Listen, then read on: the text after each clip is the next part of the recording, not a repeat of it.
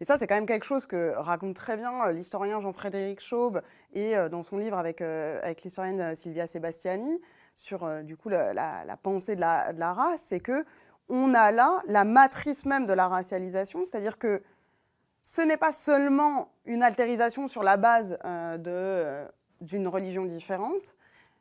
Si on commence à vouloir séparer les chrétiens de naissance des convertis et des descendants de convertis, c'est bien que, en fait, en gros, le baptême ne suffit pas. Le fait d'être chrétien ne suffit pas, et il faut être chrétien de naissance et chrétien de lignée.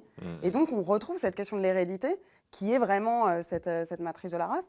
Mais je reviens à cette histoire pour dire à quel point, en fait, la question de la visibilité est au cœur des angoisses raciales, mais elle est au cœur des angoisses raciales parce qu'elle n'est pas tout à fait claire, y compris dans l'histoire, quoi. Et que, en fait, justement, il faut bien qu'on arrive à distinguer les gens. Et c'est bien le problème. Et d'ailleurs, c'est dommage, on aimerait bien organiser toute la société sur la base de ces catégories raciales dont on essaie de convaincre tout le monde qu'elles sont très claires et très établies, alors qu'en fait, l'histoire est parsemée de cas qui montre à quel point ça n'est ni clair, ni bien établi, ça ni ne très cesse distinct, de bouger quoi. aussi d'un endroit à l'autre et d'une époque à une autre. Et ce que je veux dire en écho à ce que tu dis, et puis aussi pour retourner aux États-Unis, mais sur une dimension plus collective, en fait, il y a eu aussi les premiers travaux sur la whiteness.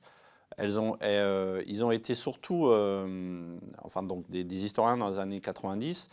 Elles ont montré notamment comment, c'est même le titre des livres, comment les Irlandais sont devenus blancs, et puis comment les Juifs sont devenus blancs. Irlandais qui étaient noirs, assimilés aux Noirs au début parce qu'ils étaient pauvres, parce qu'ils étaient catholiques. Assimilés à des non-blancs, en tout cas. Ouais, et comment, donc, ce qui veut dire que les Irlandais débarquant aux États-Unis n'étaient pas blancs, c'est-à-dire n'étaient pas localement perçus comme blancs. Et donc, c'est donc un processus d'ascension sociale qui leur a permis de devenir blancs. Même chose pour les Juifs. Et si on veut le penser, par exemple, dans le cadre de la France ou de l'empire colonial français, il y a toujours un cas qui est très intéressant, c'est celui des Juifs d'Algérie, puisqu'en fait, au départ, quand l'Algérie est devenue colonie française, tous les habitants qui étaient déjà là ont été catégorisés comme indigènes, sujets indigènes non citoyens. Et il y avait des sujets indigènes non citoyens de confession musulmane et des sujets indigènes non citoyens de confession israélite, c'est-à-dire des Juifs qui étaient là depuis toujours et qui étaient donc vraiment des Maghrébins, quoi. Voilà. Et puis, décret Crémieux, citoyenneté accordée à tous les Juifs d'Algérie. Donc, ces gens-là sont sortis de la condition indigène et c'est vraiment une logique juridique, là. Donc, ces gens-là, qui étaient du pays comme leurs voisins, d'un coup, sont sortis de la condition juridique d'assujettissement colonial indigène et sont devenus citoyens. Et cette citoyenneté les a, des décennies plus tard, en 1962, ils sont, la plupart d'entre eux, venus en France. J'allais dire rentrés en France. Ils ne sont pas rentrés en France, ils sont venus en France. Et en fait, et dans l'histoire coloniale, puis après le rapatriement, ils sont devenus blancs.